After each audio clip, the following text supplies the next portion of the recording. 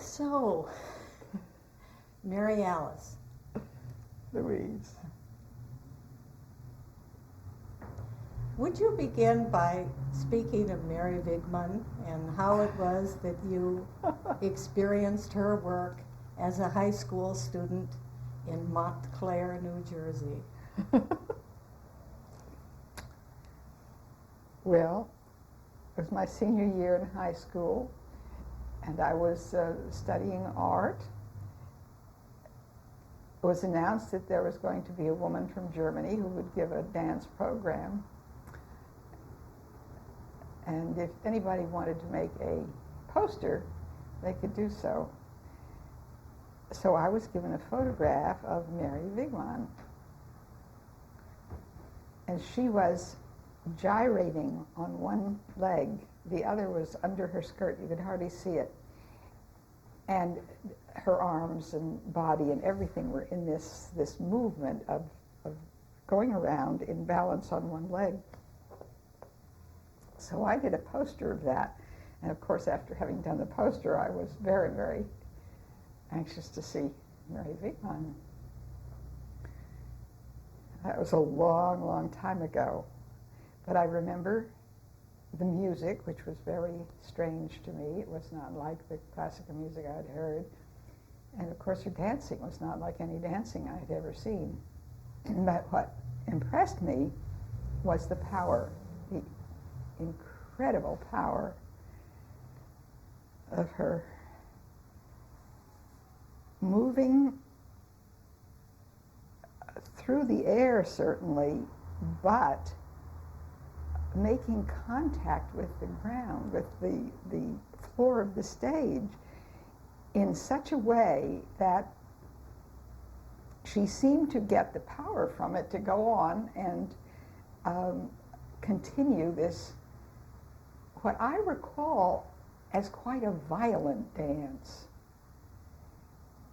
And that's what stayed with me, was this tremendous power from someone who landed on the let's call it the ground, because that's the way it felt, and from that landing received the power to go up again. And it stayed with me forever, of course. It was very strange how many, many years later, when I met Charlotte, I heard her say that she had worked with Mary Wigman. And it was also strange to discover, in following the work that Charlotte offered, that indeed this contact of one's foot with the support under it had an enormous amount to do with whether one had power or did not have power in any activity that came after it. So I don't want to leave the impression that Charlotte learned this from Mary Wigman, because I don't think she did. I just meant that it seemed strange to me that what had lasted all these years about Mary Wigman was the same kind of thing that I found in Charlotte's work. This leaving your support and coming back to it and finding from that contact the strength to go on. So that was my time with Mary Wigman. Mm-hmm. Well, what I'm wondering about is your own experience now with this support of the floor and having the strength to go on from there. Just in the time that I've known you, there has been quite a shift. Could you speak of it? Well, let's see. Maybe I tell a story about something that happened in an early class with Charlotte. Was an early class. I hadn't been studying with her very long. And one of the experiments we did was to massage our feet. Well, after we did this for a while, we stood up, and then she asked us what happened. And I didn't report very much because I was pretty self-conscious. But I couldn't help reporting this time, but it was a very low voice, and I said, it was ecstasy. And everybody looked at me and said, what did you say? And I had to repeat it. It seemed like such a silly thing to have said that it was ecstasy, but it was, because the sense of my feet on the carpet coming away and coming back again and meeting the carpet with the floor under it was something that I had never been aware of experiencing. I probably had, or is it experience if you aren't aware of it? I don't know. Anyway, I was aware of this incredibly wonderful sensation of the texture of the carpet on top of something which really supported me. And I had never been aware of that before. It certainly changed the way I felt all over. There was a vitality just from this extraordinary sensation of support and texture. But as far as the real power and so forth, has to do with a long series of incidents. And do you want me to actually try and tell this tale? It's a long story. We're here to listen. Well, back in 1972, I think it was, I broke my left hip. And always, all my life, I have done a lot of things, felt these things had to be done and that I had to do them and get ahead with it. And unfortunately, I did not give myself a real time to come back to walking in balance, and I developed a limp, and then my bone disintegrated, and they replaced it with an appliance. And once again, I did not allow myself to come back to balance, and this limp was accentuated, and by my left leg got very weak, and I would have pain in it. So the work helped a great deal, but it wasn't until I fell about a year ago on the left side, so I couldn't walk on that at all, and then my right side got so there was a very bad pain in my heel.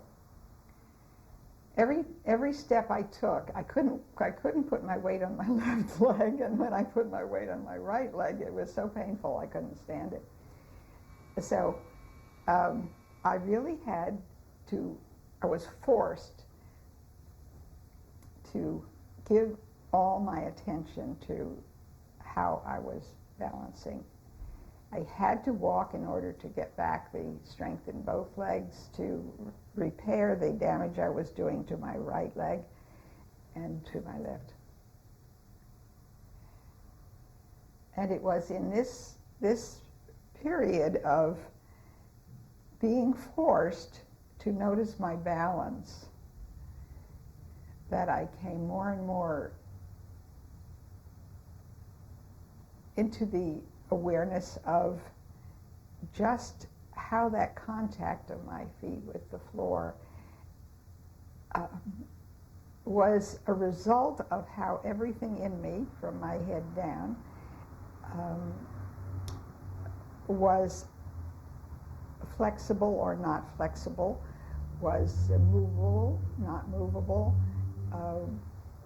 whether there were holdings here or holdings there. I had all of these little places that would give me warning. You're holding here, and so the circulation can't go through. You can't move your limbs. Anyway, it kind of made me feel like Ginder did when she had TB. She was absolutely forced to stop what she was doing, rushing around, which is what she said she was doing. And I was rushing around too, and I had to stop. And I had to just plain pay attention to what was happening in my body.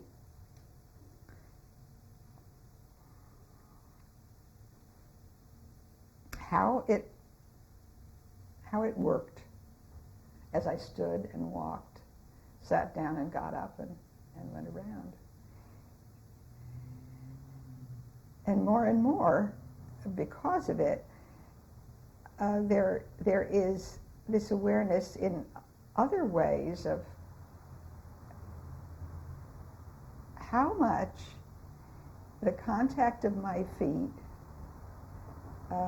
means in whether I am balanced, and that means whether I'm vital,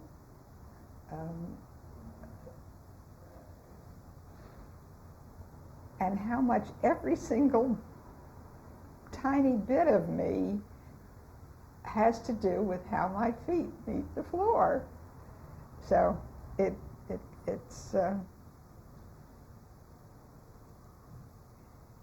it's all of a piece. I'm all of a piece. I'm all of a piece with what I'm walking on, and to feel that is something that only, for me, only this work could bring. There's nothing else that I know of that could have allowed me to notice what was happening as it was happening. I was really struck when the first time I saw you walking with two canes. It was the clearest, cleanest, fullest walking that I'd ever seen from you. Uh-huh. I'm wondering if there's anything you can say about how that was, because you went from having one cane, yes, for some time, and then to the two canes, and now no canes. So is there anything about that you'd like to say? Oh, sure. I used one cane when I broke, first when I broke my hip. I used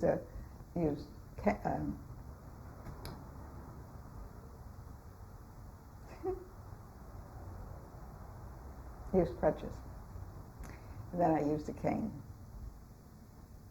And whenever my leg got really bad, I would continue to pull out the cane and use it. I don't know how long ago Charlotte started using two canes, but when she did, she said to me, two canes is wonderful. And she even had me come into the studio one time when she was in New York and have me practice using two canes. So at that time I didn't feel I needed any canes at all. But nevertheless, she had me walk up and down the studio and swing them a little more. One arm after the other, and like it is for skiing, like poles for skiing.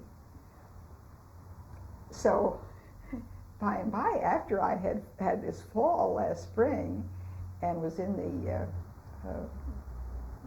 the state of really hardly being able to walk on either leg, I decided, well, yeah, I'll use two canes. And I did, and it was just simply incredible. Because using two canes did put me back into balance. It didn't augment the imbalance, which one cane can very well do. Well, I'll tell you a funny story about it. I was going to a workshop down at the CCAT studio down 9th Avenue with two canes. I think it was Charlotte's workshop last year. And up the street towards me came an elderly woman with gray hair, and she was using a cane and limping along pretty badly.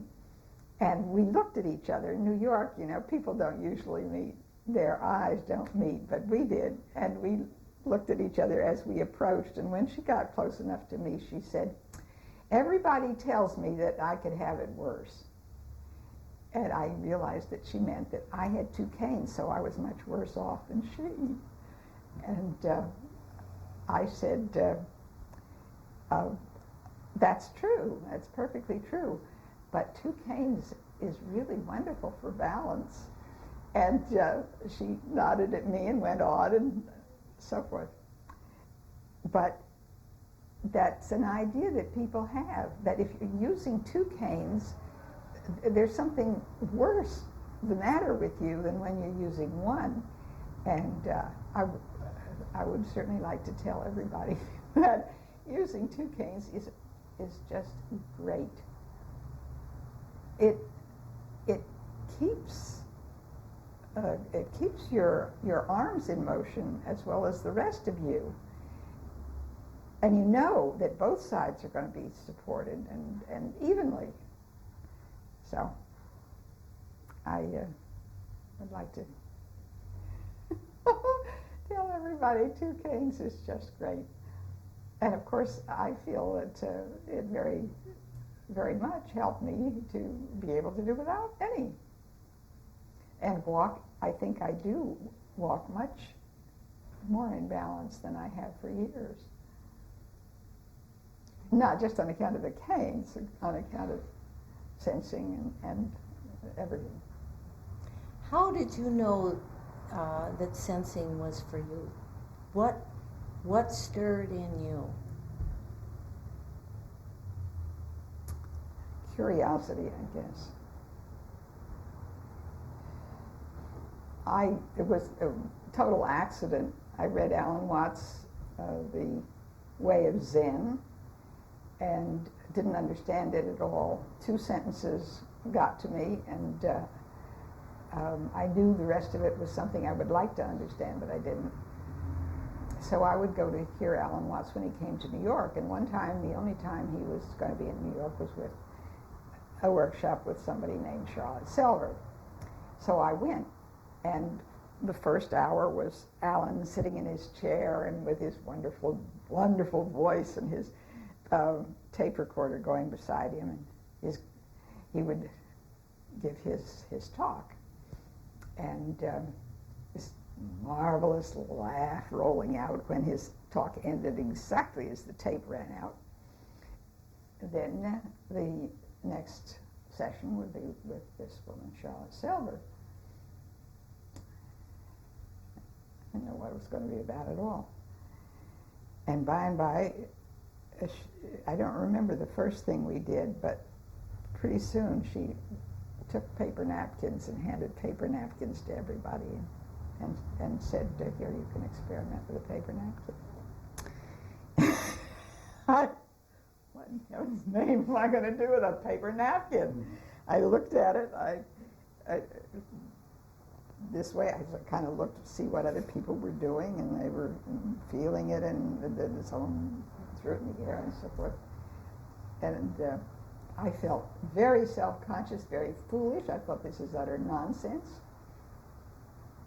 And then people started making reports about the various things that we did, and they told what had happened to them. And I thought, huh? What am I talking about? And I thought it was so strange, not only what she offered, but the way people were responding to it, what they said, and the fact that here was Alan Watts working with this woman, and he thought she was wonderful. But mainly I couldn't figure, it was like Alan's book about Zen. I couldn't figure out what it was all about, but I knew there was something there. And it was with Charlotte I couldn't figure it out at all, but I knew there was something there. So that was back in 1965, I think. And did there ever come a time when something beyond curiosity occurred? Oh, heavens, yes. um, I went to a workshop with Charlotte and Charles, and Charlotte gave her slides that she showed and the pictures she'd taken and talked about them. And there were certain things that she would say that made such sense to me, like we had chairs with backs to them. And she said, if you sit, sit. If you lean, lean.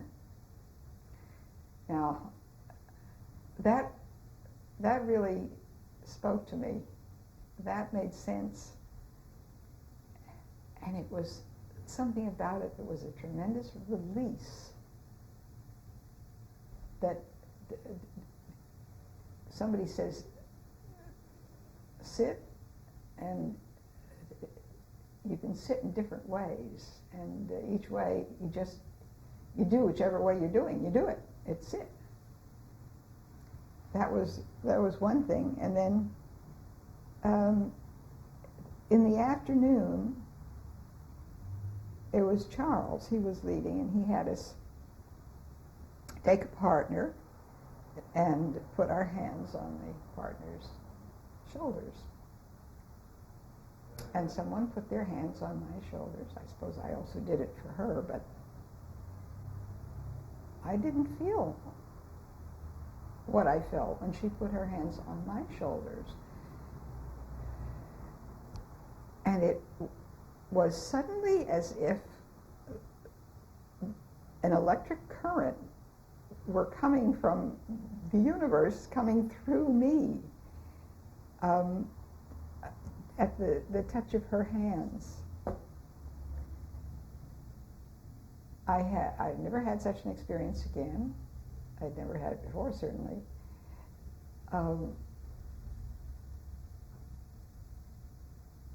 But it was very, very powerful. And Charles said, don't talk about it. And I was looking forward to having some reports, to reporting what had happened to me and hearing what the woman that I was working with had to report. But it was just before lunch, so we didn't have any reports. And he said, don't talk about it at all. And so I didn't. And we didn't say anything when we came back. But later I asked the woman with whom I had been working if she had felt anything. She said no. So it was as if there are all kinds of possibilities of which I have no idea. And I don't know what's going to happen. And that, I think, was what really got me, because I discovered that you didn't plan to do something and do it and get a specified result. You just did whatever you did and noticed what happened. And you never knew what it was going to be. So it was, the curiosity turned into a really intense interest. And it certainly hasn't abated. And is that also true when you offer the work? Oh, yeah. Oh, yeah. So, say something about it.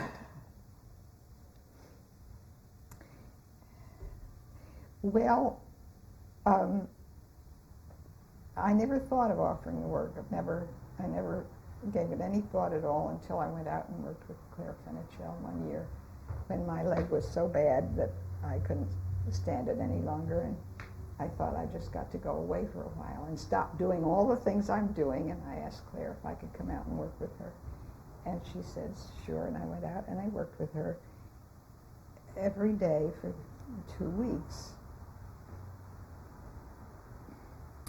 And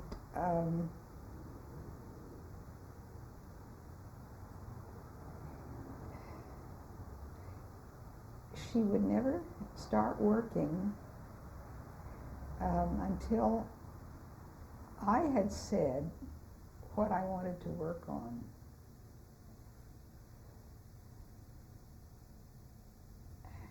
And this was different. And by the time I left Claire, I couldn't wait to offer the work. And I started to. But at first, I was very nervous because I felt, well, I have to know what I'm going to do. And one day I had a private session with a woman who was lying on the floor, and I was sitting beside her, just paying attention to how she was, and I suddenly said something.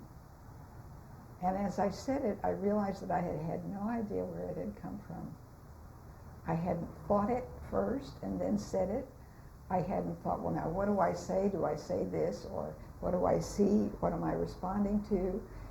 Suddenly, I found myself saying what seemed to be appropriate to what was happening in my client. And it was one of the most remarkable experiences I ever had, because I realized that there isn't any I.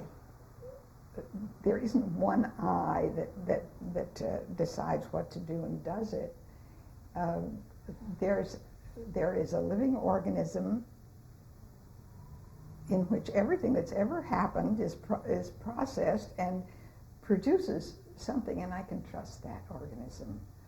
And from that time on, you go back into old habits occasionally. They take you over, but most of the time it was this realization that if I were just attentive to what was happening with an openness, without being blocked by ideas about what ought to be or what I ought to be or how I look or what's what, that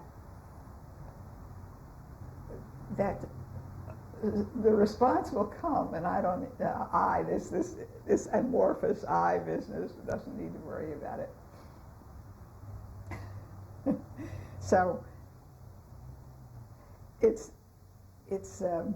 I'm curious as to what will come up every time I teach, and I certainly have great interest in it as it happens. Yeah, it's always an adventure. I don't know how many times I've called you up to thank you for editing the bulletins, but we know that it's over 25, I would guess. At what point did that happen, that you jumped in, or how did these bulletins come about? Well, to begin with, I think it was probably the first time I went to Monhegan.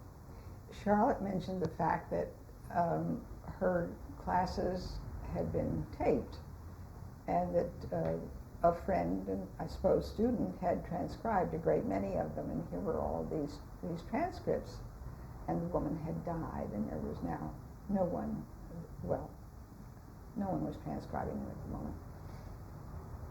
And oh, you have tapes and you have transcripts of all these classes, that's wonderful. And what we need to do is to put them together to make a book. And in order to do that, you need some money, and you need some, I'm sure that you have loads of people who would be very happy to support a foundation that could raise money and bring out a book from the transcripts of your classes. And Charlotte thought that would be just lovely, so I went ahead and you want a break?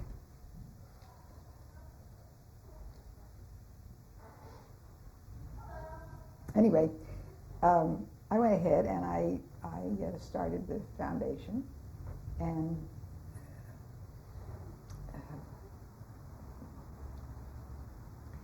discovered that it wasn't just a simple thing to put together Charlotte's material into a book, and that indeed it was going to be very, very difficult.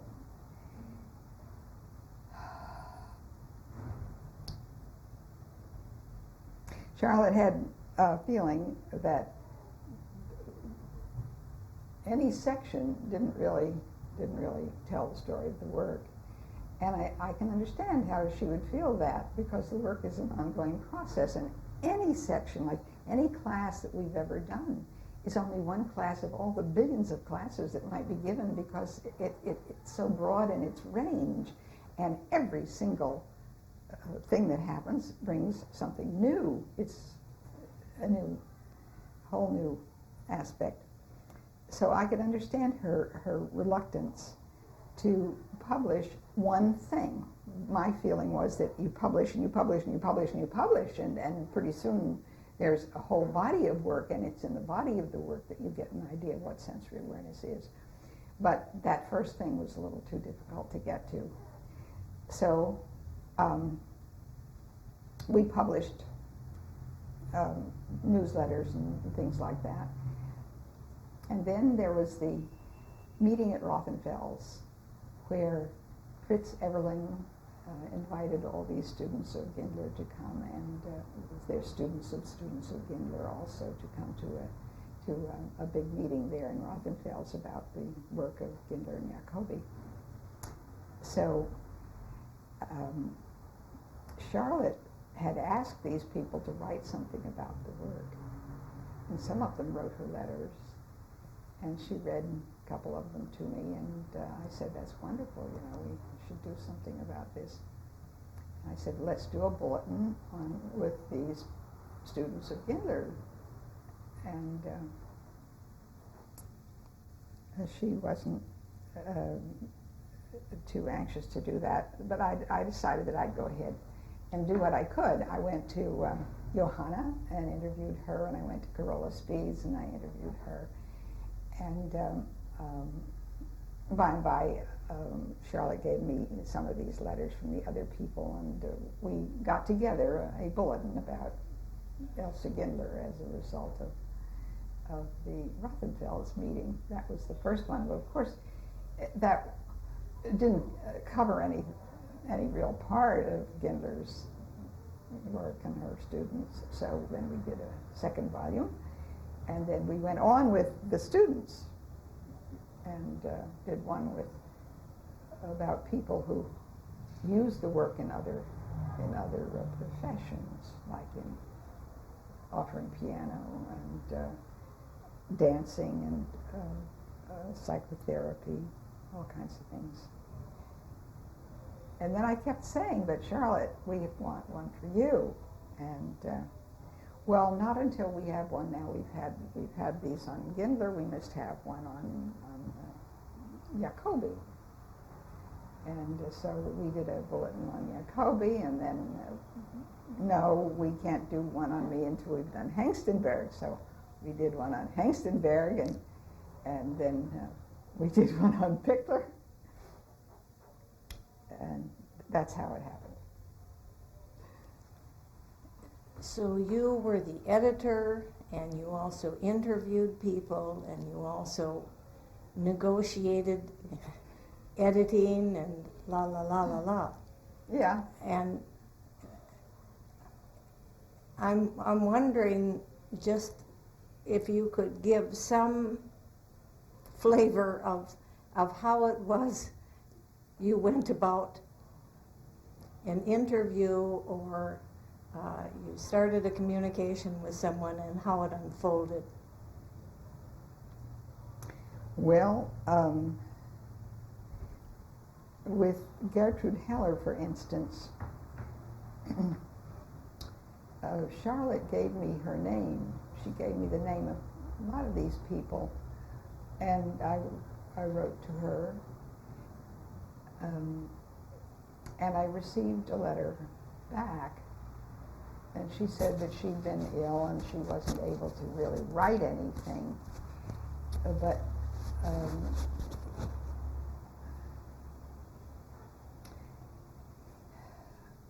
at that time my daughter was living in England, and I went over to visit her, and I took the occasion to go and visit Gertrude Heller, and found her a really wonderful, wonderful person. She had been a dancer and had gone to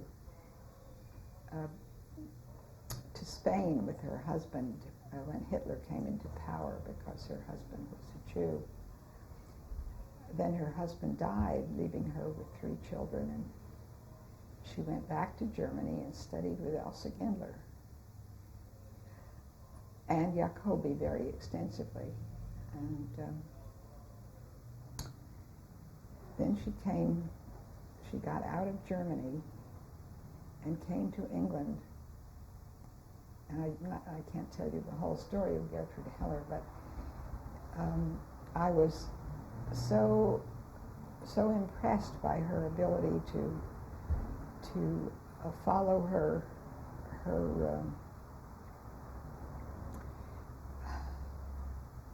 understanding of her dance, her work with Gindler, the psychotherapy that it turned into. She worked with people in institutions, shell-shocked soldiers and so forth. She told me a story that I didn't understand at first. There was a woman in the hospital with whom she worked, and one day, Gertrude told me this. She said, one day the woman said to me, I saw the chair, and it was gray. Now, I say that to you, and at this point I get goosebumps. It doesn't, at the time I didn't know why it meant so much to her, or what it was saying. And later, of course, I realized that this woman had been so caught in her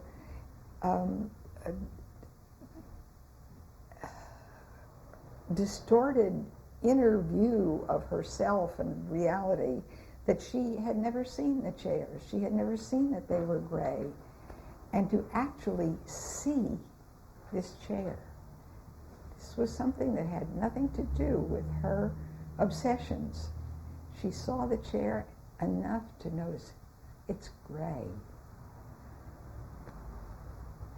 Well,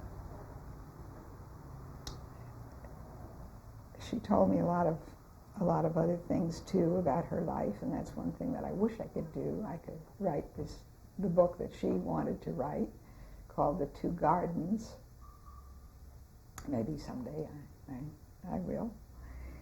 Anyway, we worked together every day for the time I was there the first time I only saw her a couple of times, but then I went back and I stayed, and I went back twice and lived there and worked with her and worked on the article that we wrote together and on her book.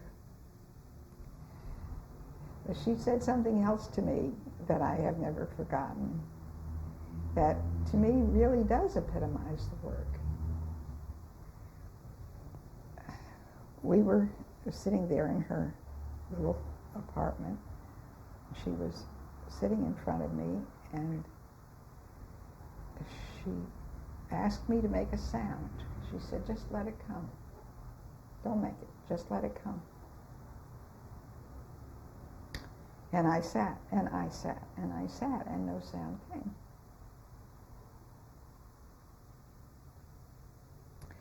And then she said to me,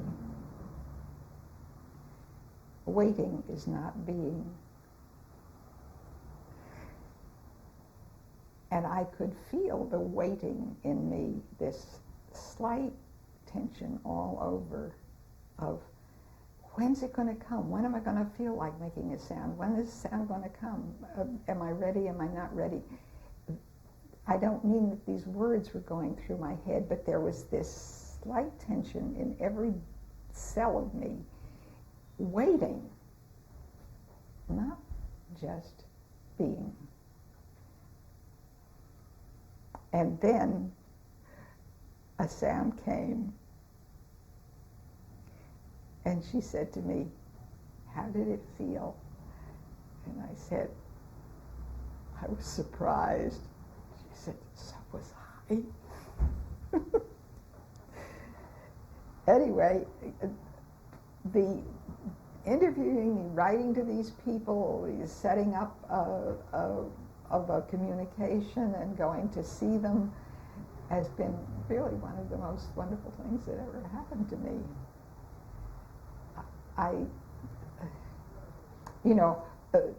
When you like to write, when you like to use words and so forth, there are all these ideas that you have, and one of them, of course, was writing a book about the meetings with remarkable women. I actually called the little piece I wrote for the newsletter that, and it had to do with Gertrude and Elfriede Hengstenberg and Sophie Ludwig. And they were certainly, and also, I can't say her name now, Hengste's student. Oh, Uda? No. She was not one of the older women.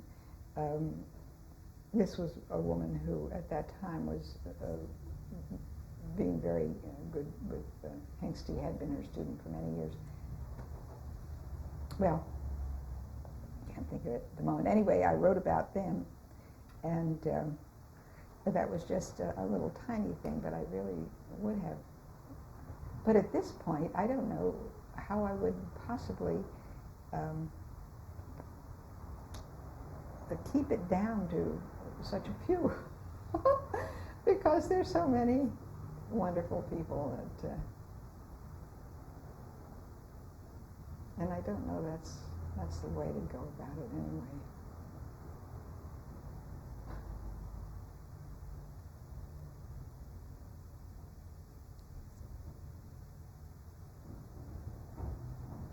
Now, I know that you and Ruth Veselko have been working for some time at something. Well, yes, indeed, I should say. Ruth Veselko was a longtime student of Heinrich Jacobi, and his book meant more to her, I think, than any other book that ever was. Matter of fact, it was really funny because whatever came up, she would say, Jacobi says. And she would go on and say, whatever subject came up, something Jacobi said, she would laugh because she would realize what she was doing. But she was caught with him the first time she ever heard him, and with a great deal of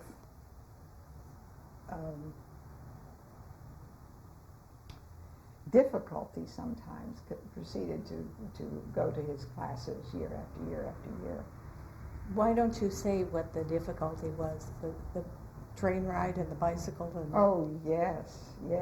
It was a long ways, and she worked all day till late at night, and then she would take a train to Zurich and then ride on the bicycle to where he was, and then have to go the same way back every time she went. But she managed. And so she wanted to see this book translated into English. Well, she didn't speak very good English. She had very little the first time she came. She, of course, has a great deal more now. And I didn't speak any German, didn't read any German. So this was a very, very interesting procedure, because what we had to do was actually to experiment with the words in the book. And she would then say whether she felt this was actually what Jacobi said, what they did. And I would say whether I felt that it said it in English. So we translated a great deal of this very long book.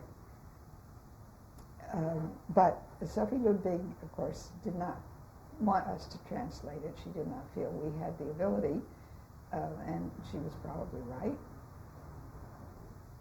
But it was fascinating.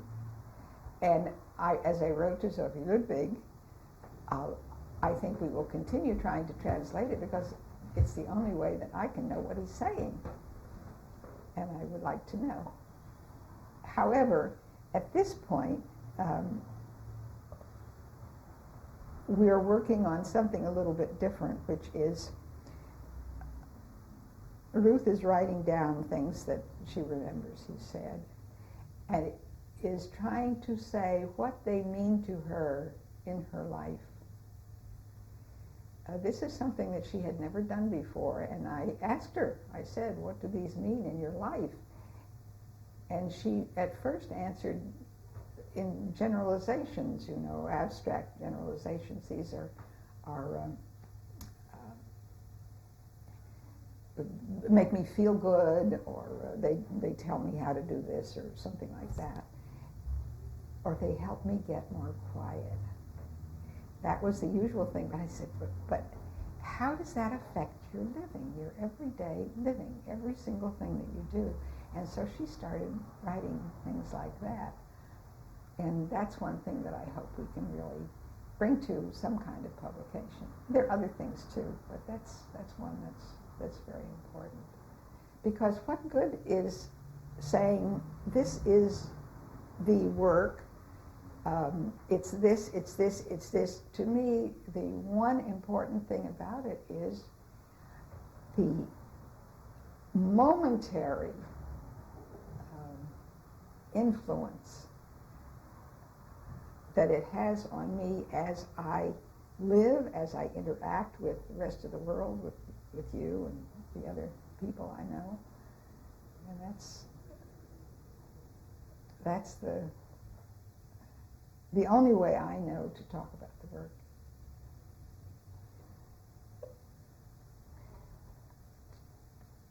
I'm wondering if in being with the work and all helping the publications to be born, and the work that you're doing now with Ruth, if there's some common attitude or thread of feeling through all of them for you.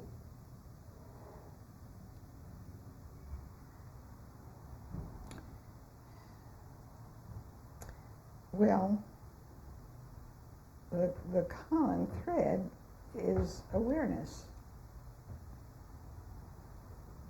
because nothing can happen without that.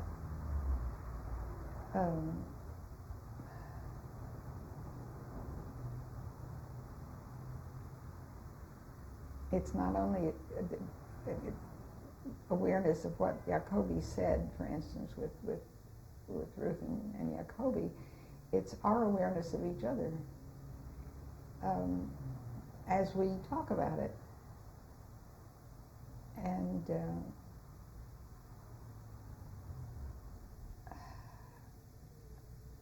awareness of what's around us.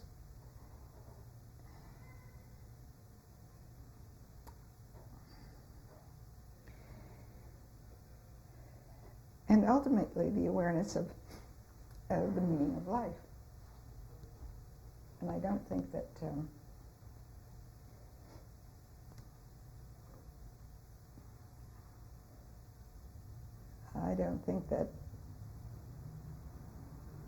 any discipline, any work, any practice has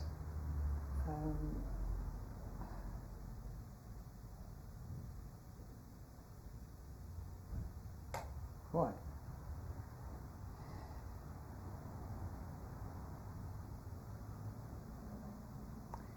has allowed me to go far enough if it doesn't eliminate my understanding of my personal understanding of the meaning of life, so that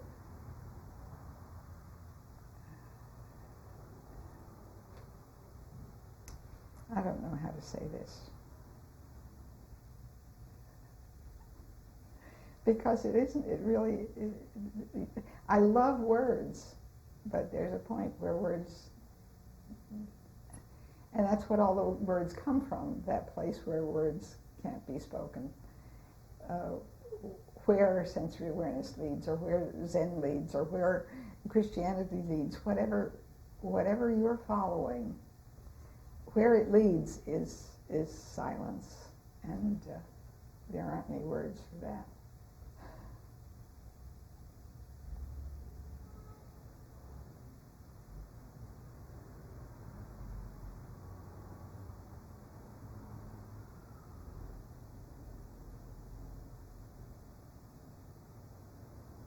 Elsa Gindler lived in a different time from now.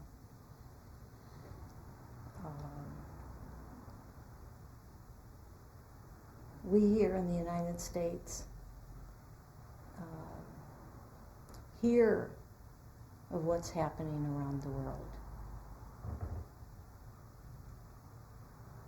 today.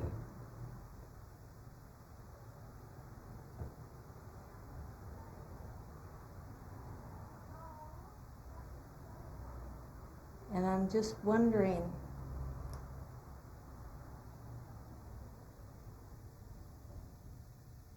how today in 1999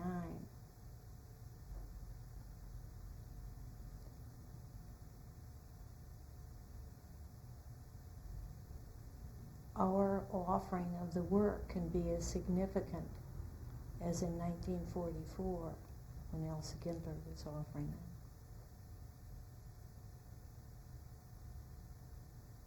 Oh, yeah.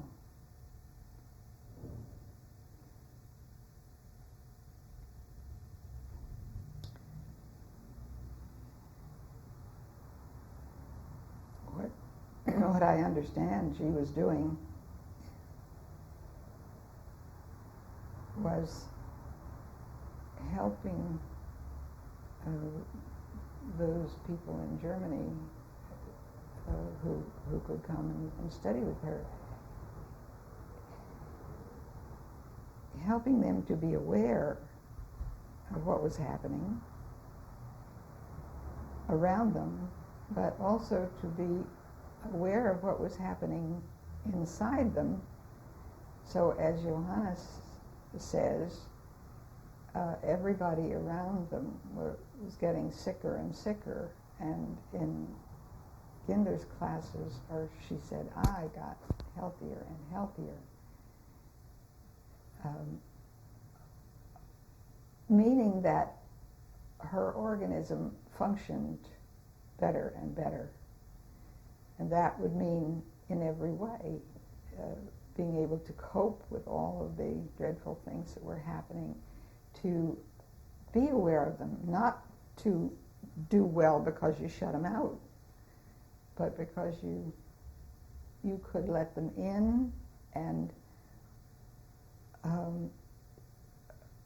see what you could do at that moment and do it, and then let it go while you're not in danger. Again, I have to quote Johanna. She said, the bombs fell, and you were right to be afraid when the bombs were falling and to do something about it. But as soon as they stopped falling, you had to let the fear go, or you could not regenerate. And this ability to be aware of what's happening around us, to take advantage of any opportunity of doing what we can, and not to hang on to it when another part of our life, another task presents itself to us, so that we can regenerate and meet whatever comes. And certainly that's so in any time at all. And I do believe that it helps you to know what's possible for me to know what's possible for me to do and what's not possible for me to do, and that I can accept this fact. And if it's not possible for me to do it, I can let it go and give my attention to that which is possible. But it all comes from the awareness. In each one of us, in each individual. It's not to try and say, I'm going to change society, except insofar as society might be changed because I change.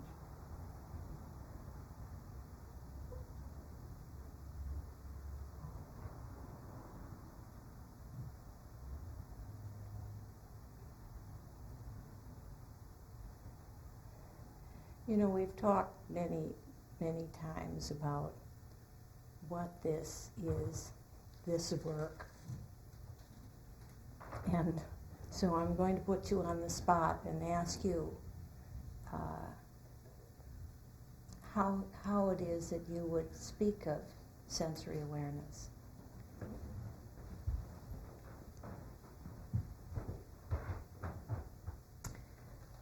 Well, of course, it would have something to do with the person to whom I was speaking, who had asked me such a question.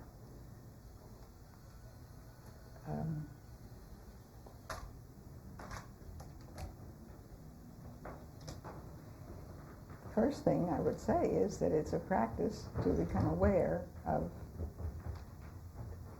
sensations, not only the five sensations that we usually think of: sight and hearing and taste and touch and smell, but also the kinesthetic sensations of movement inside us. And that awareness of all these different sensations can tell me how I live my life, and therefore what I'm all about.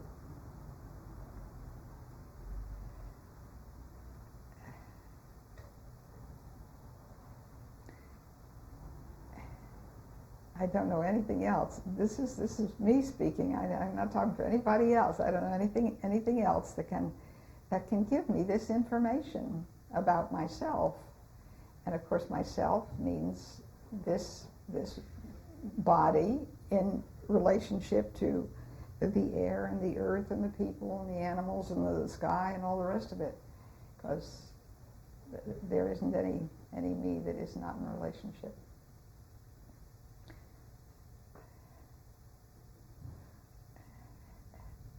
So, if I discover whatever I discover about myself,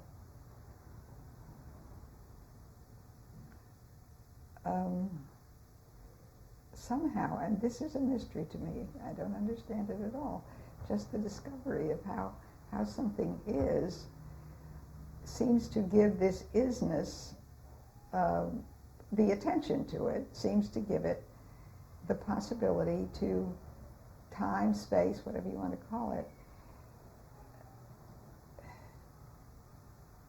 to change into something that is maybe a little more functionally appropriate.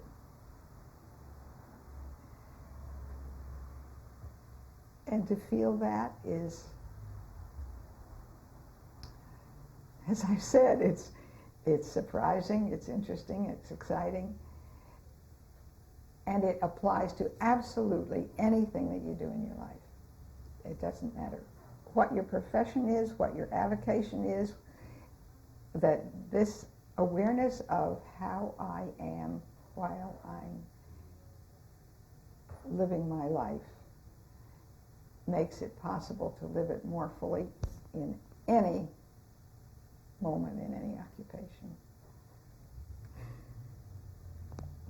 Now, I've answered that question many, many times, and I think every time it's been different. I don't know whether that's a good answer this time or not, but that's what came. It came. Yeah. And what I'm wondering about is when you know that you're going to be offering a class, whether the Monday night group or one of your workshops, do you have a way of preparing, or is it I already see your lip quivering, so I want to just be quiet and listen to you. The business of preparation is another mystery to me.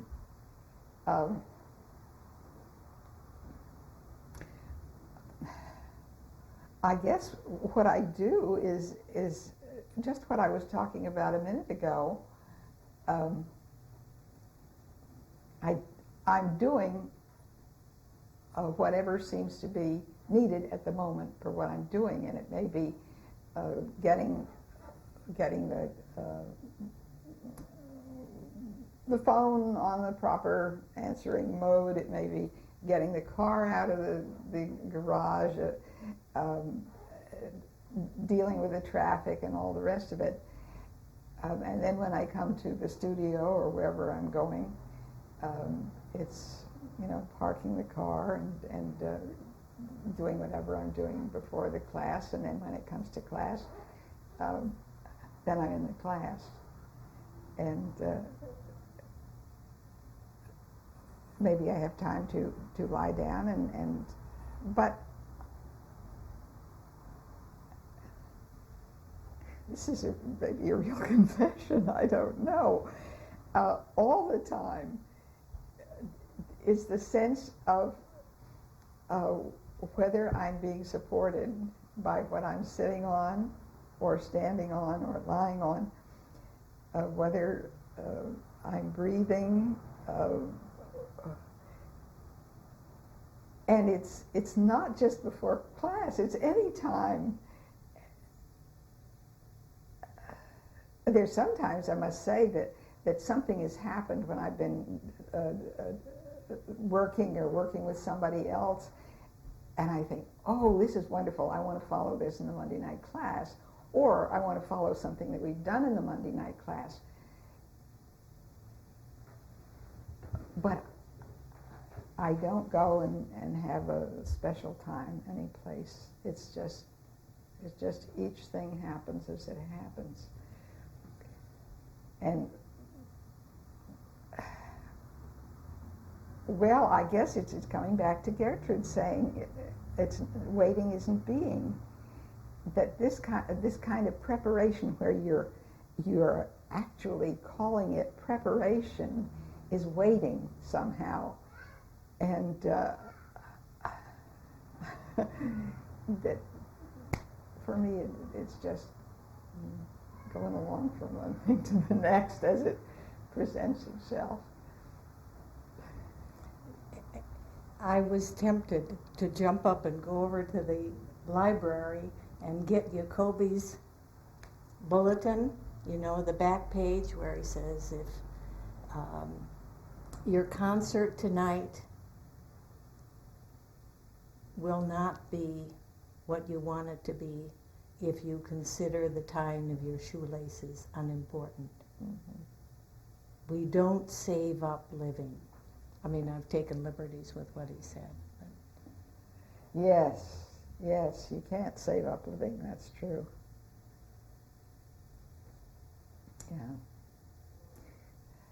Yeah, Kobe said many wonderful things.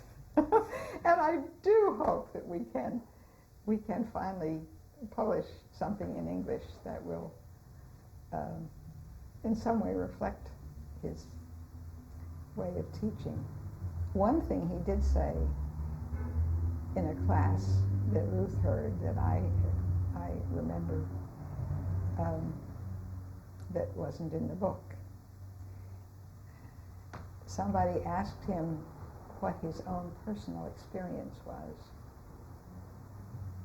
And he said, if I tried to tell you, you wouldn't understand.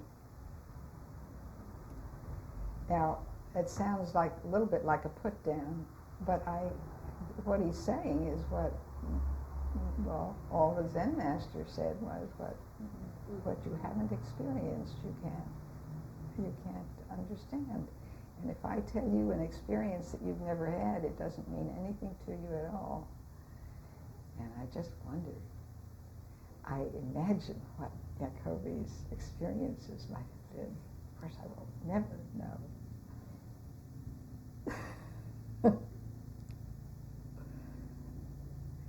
Yeah. What experiences this work can lead one to is something for each one of us to find out. And nobody can tell you. Soon we're going to be drawing to a close of this segment of the videotape. And I'm wondering if there's anything else that you would like to say.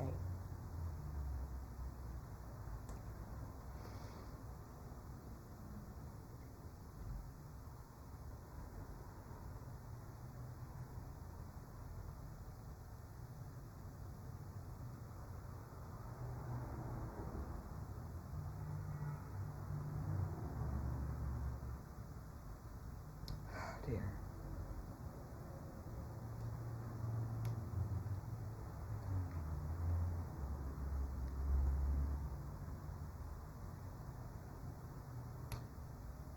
No.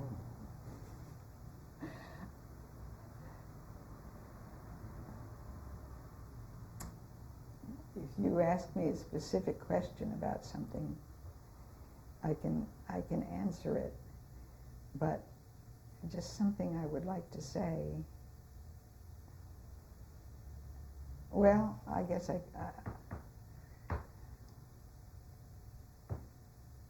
if I could have a wish,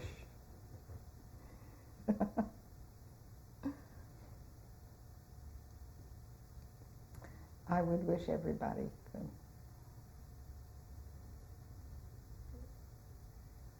could experience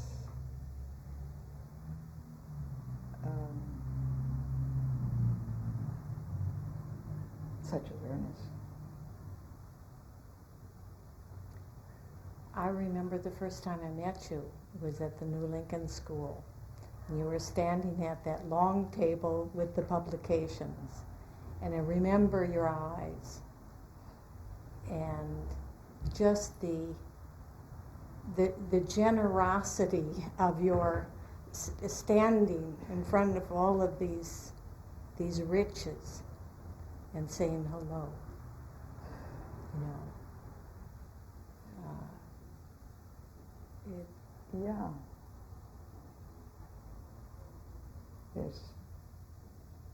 It is. It's like saying, here's all the riches of the world. Not just in publications, but in the work itself. Yeah. Well, thank you. Thank you.